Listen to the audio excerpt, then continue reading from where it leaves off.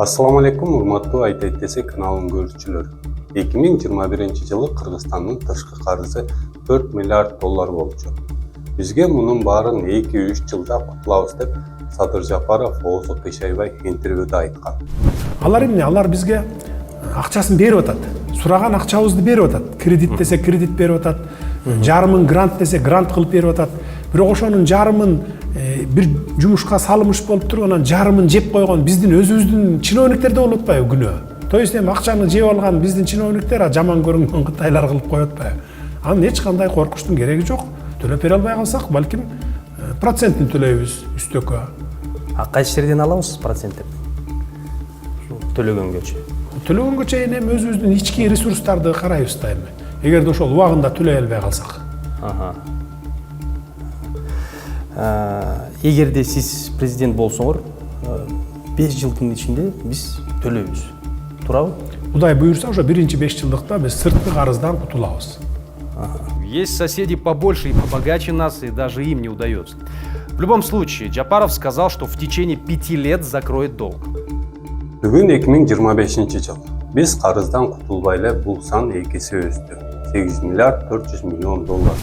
Эгер азыр эмне үчүн баары кымбаттап, нан, сүт, эт кымбатчылык болуп, бурак жайдын баасы асман бааны чапчып жатканын талдайбыз.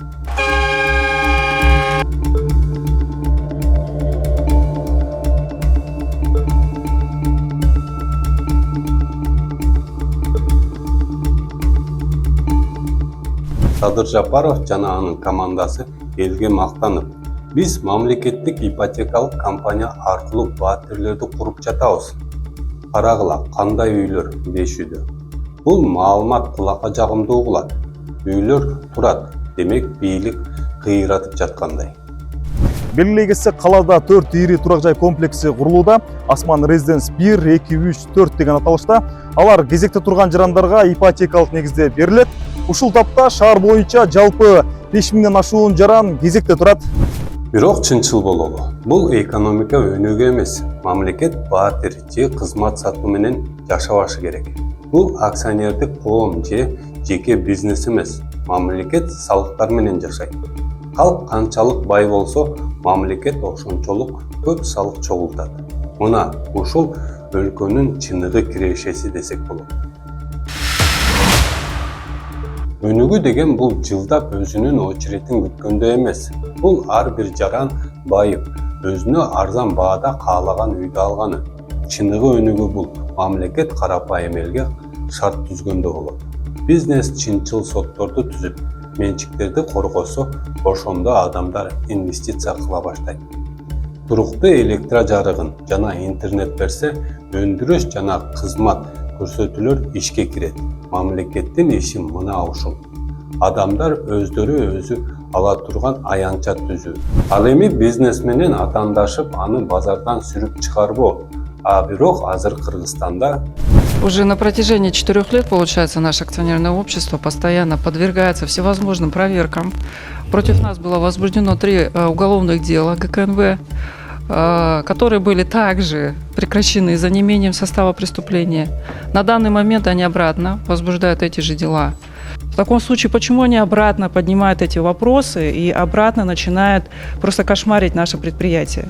Мамлекет курулуштар менен эмес, салыктар менен акча табыш керек. Жана мында негизги көйгөй жатат. Бул үйлөрдү ким куруп жатат? Жолдорго, заводдорго, кичи ГЭСтерге эң чоң контракттарды кимдер алууда? Кичи ГЭСтер бул өлкөнүн негизги байлыгы болгон суудан эбегейсиз пайда тапкан бизнес. Бирок аны кимдер куруп жатат?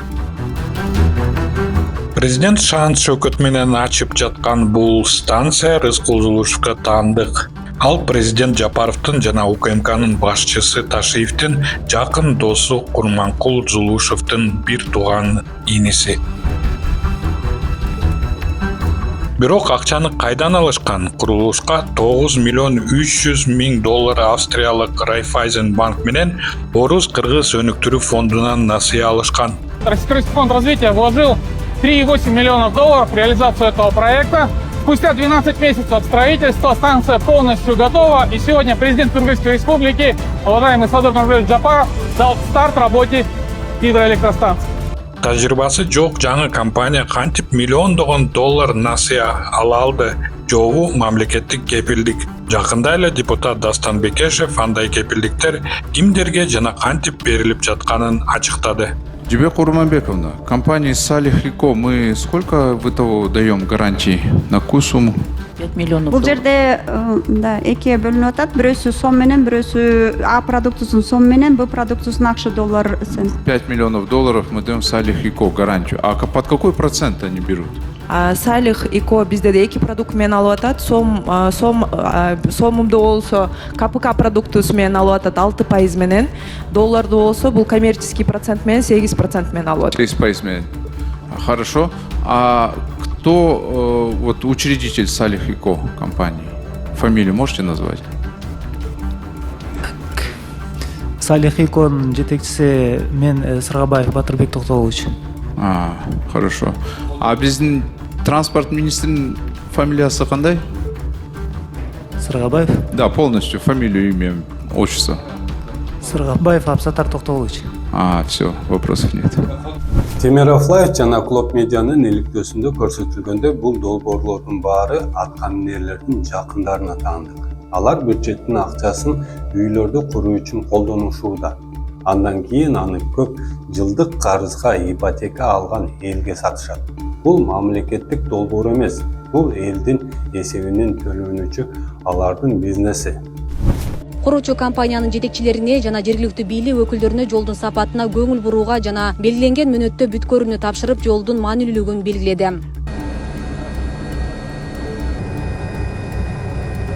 Эмнеге Камчыбек Ташиев үчүн бул жол мынча маанилүү? Андай эмесе суроого жооп издеп көрөлү. Бул жол Кыргызстанда биринчи акы төлөп өтүү жол болот.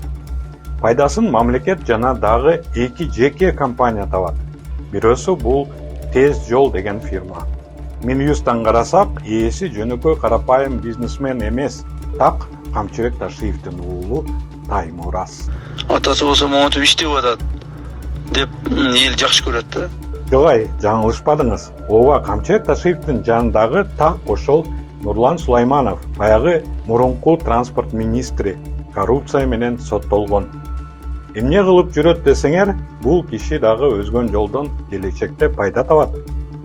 Мамлекет менен келишимге кол койгон экинчи компания Жаңалмай. Жаңалмайдын ээси дагы бир компания Grand Holding деген. Анын негиздөөчүлөрүн карасак, Нурлан Сулайманов жана Таймураз Ташиев. Бизге бир эле нерсе керек. Тең укуктуу оюн эрежелери. Чынчыл ишкерлер бири-бири менен атаандашсын.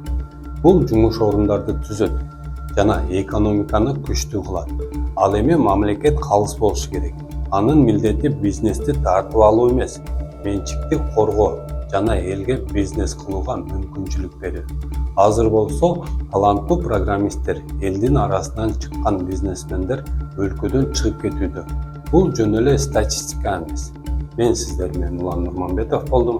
Көрүшкөнчө аман туруңуздар.